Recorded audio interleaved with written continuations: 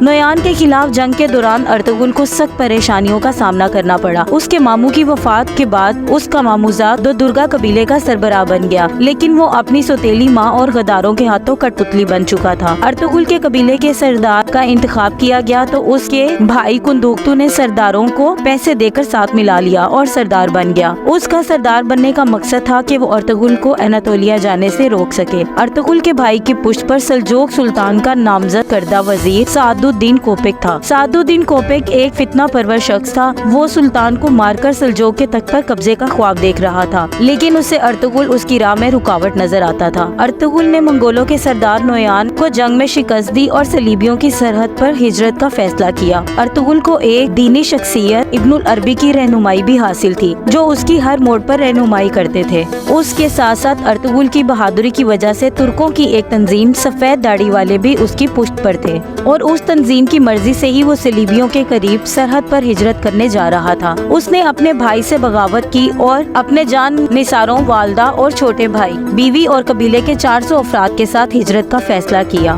Anatolia کی مغربی سرحد پر آباد ہو گیا۔ یہاں آباد ہو کر وہ کائی قبیلے کے اس ٹکڑے کا سردار بن گیا۔ نئی جگہ ہجرت کے بعد حالات سازگار نہ ہونے کی وجہ سے قبیلے میں فاقوں کی نوبت آنے لگی۔ اس دوران ارطغرل کے قبیلے کی خواتین قالین بنانے کا کام کرتی رہیں اور ان قالینوں کو بیچ کر اناج لایا جاتا رہا، لیکن وہ کھانے کے لیے بہت کم تھا۔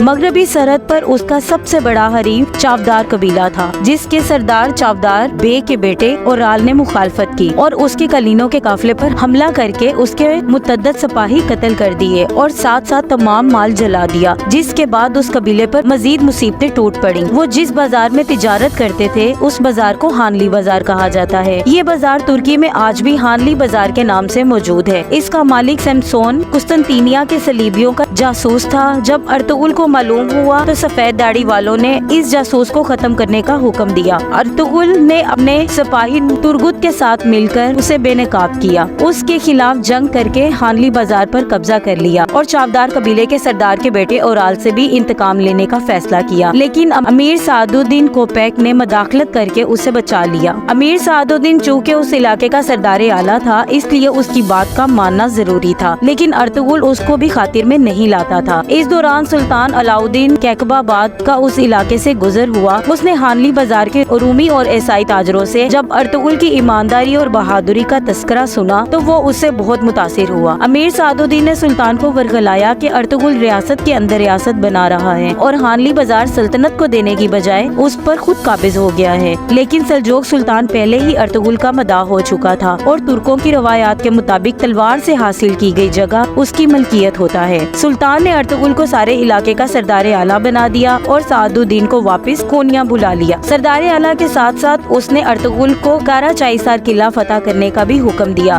کیونکہ انہوں نے سلطان پر حملہ کرنے کی کوشش کی تھی۔ سلطان نے اس سے وعدہ کیا کہ وہ جلد ہی اپنی فوج اس کی مدد کے لیے بھیجے گا۔ ان سب جنگوں میں چاودار قبیلے کا اورال ارطغرل کے خلاف رہا اور اس کے بھائی آلیار اور بہن اسلحان نے ارطغرل کا ساتھ دیا۔ آلیار جاں فشانی سے لڑتے ہوئے شہید ہو گیا اور اس کے بھائی اورال کو ارطغرل نے بغاوت کے جرم میں قتل کر دیا۔ اس کی بہن اسلحان کو قبیلے کا سربراہ بنا دیا اور ارطغرل نے اپنے سب سے بہترین دوست ترگت سے اس کی شادی کروا دی، لیکن یاد رہے کہ ترگت کی پہلی بیوی منگولوں کے حملے میں زندہ جلا دی گئی تھی۔ یوں دونوں قبیلوں میں دوستی کی فضا پیدا ہو گئی اور اس دوران ایک جھڑپ میں قلعے کا کمانڈر ویسلیوس ارطغرل کے ہاتھوں مارا گیا اور نیکیا کے بادشاہ نے آرس کو گورنر بنا کر بھیجا۔ آرس نے ارطغرل کی طرف دوستی کا ہاتھ بڑھایا اور جنگ روک دی، لیکن امیر سعد الدین کوپیک اور چاودار قبیلے کے دوسری شاخ کے سردار بہادر بے کے ساتھ مل کر اس نے ارطغرل کے خلاف سازشیں شروع کر دی۔ اس نے ارطغرل کے بیٹے کو بھی قید کرا دیا اور بہادر بے کی سازشوں میں مدد کی۔ ارطغرل نے بہادر کو قتل کر دیا اور چاودار قبیلے کا نیا سردار اسلحان کے شوہر ترگت کو بنا دیا۔ اس سے نمٹ کر ارطغرل نے سلطان کی فوج کا انتظار کیے بغیر ہی سپاہیوں کے ساتھ مل کر قلعے پر حملہ کیا اور قلعے پر قبضہ کر لیا۔ قلعے کا گورنر آرس اپنی جان بچا کر بھاگ گیا اور قلعے پر سلجوق سلطنت اور کائی قبیلے کا پرچم لہرا دیا گیا۔ کاراچائسار قلعہ اور ہانلی بازار فتح کرنے کے بعد ارطغرل کا ہر طرف چرچا ہونے لگا۔ ارطغرل نے قلعے میں اپنے بھائی کو نائب مقرر کیا اور سعد الدین کوپیک کی سازشوں سے سلطان کو آگاہ کرنے کونیا چلا گیا۔ کونیا میں اس نے سلطان کو امیر سعد الدین کے خلاف ثبوت دیے۔ وہ سازشی اپنی جان بچانے میں کامیاب ہو گیا۔ 1237 میں اس نے سلطان علاؤدین کیقباد اور اس کے نامزد جانشین شہزادہ خلیج ارسلان کو قتل کروا کر غیاث الدین کو سلجوق سلطان بنا دیا۔ سلطان کے قتل کا الزام ارطغرل پر لگا دیا گیا اور اسے قید میں ڈال دیا گیا۔ ارطغرل کو قید میں ڈالنے کے بعد سلطنت پر امیر سعد الدین کوپیک کا قبضہ ہو گیا۔ اس نے کاراچائسار قلعے اور اس علاقے سے ارطغرل کی سرداری ختم کر دی اور گرنال نامی قلعے دار کو سردار اعلیٰ اور قلعے کا نگران بنا دیا۔ لیکن جب سلطان غیاث الدین کو معلوم ہوا کہ اس کے باپ کو ارطغرل نے نہیں بلکہ اس کی ماں کے ساتھ مل کر سعد الدین کوپیک نے قتل کروایا ہے، تو اس نے ارطغرل کو دوبارہ سردار اعلیٰ بنوایا اور ارطغرل کو آزاد کروایا۔ سلطان غیاث الدین نے امیر سعد الدین کو قتل کرنے کا حکم جاری کیا اور ارطغرل کو یہ ذمہ داری سونپی۔ ارطغرل نے گرنال بے کو اس سازشی شخص کی اصلیت سے آگاہ کیا اور اس کے ساتھ مل کر سعد الدین کوپیک کا خاتمہ کیا اور سلطنت کو دوبارہ پیروں پر کھڑا کرنے کی کوشش کی۔ لیکن اس نے گرنال کو کاراچائسار قلعے کا نگران ہی رہنے دیا اور خود قبیلے سمیت سوغوت ہجرت کر گیا۔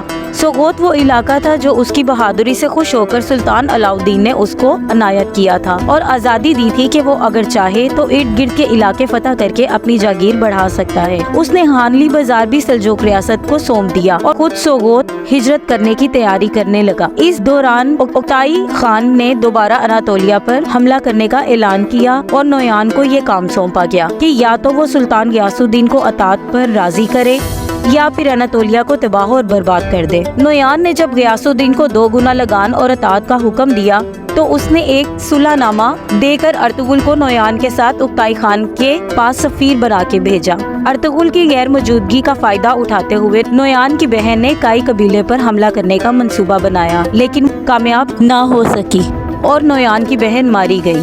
ادھر جب ارطغرل اوکتائی خان کے پاس پہنچا تو اس نے امن معاہدے پر مہر لگا دی اور 2 سال کے لیے سلجوق کو مہلت مل گئی، لیکن اسی دن اوکتائی خان مارا گیا۔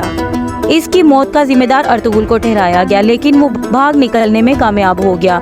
نویان نے اس کا تعاقب کیا لیکن ناکام رہا اور نویان واپس چلا گیا اور اوکتائی خان کے بیٹے قدم خان کو جو اس کا جانشین تھا اسے اناطولیہ پر حملہ کرنے کے لیے تیار کیا، جس کے نتیجے میں 1243 میں جنگ لڑی گئی۔ ارطغرل جب واپس قبیلے پہنچا تو اس نے تیاریاں شروع کرنے کا حکم دیا۔ اس دوران سوغوت کی سرحد پر موجود قلعے کے گورنر نے اس کے سپاہیوں پر حملہ کیا اور اس کے جوابی حملے میں اس نے قلعے کے گورنر کو مار دیا اور قلعے پر قبضہ کرنے کا فیصلہ کیا۔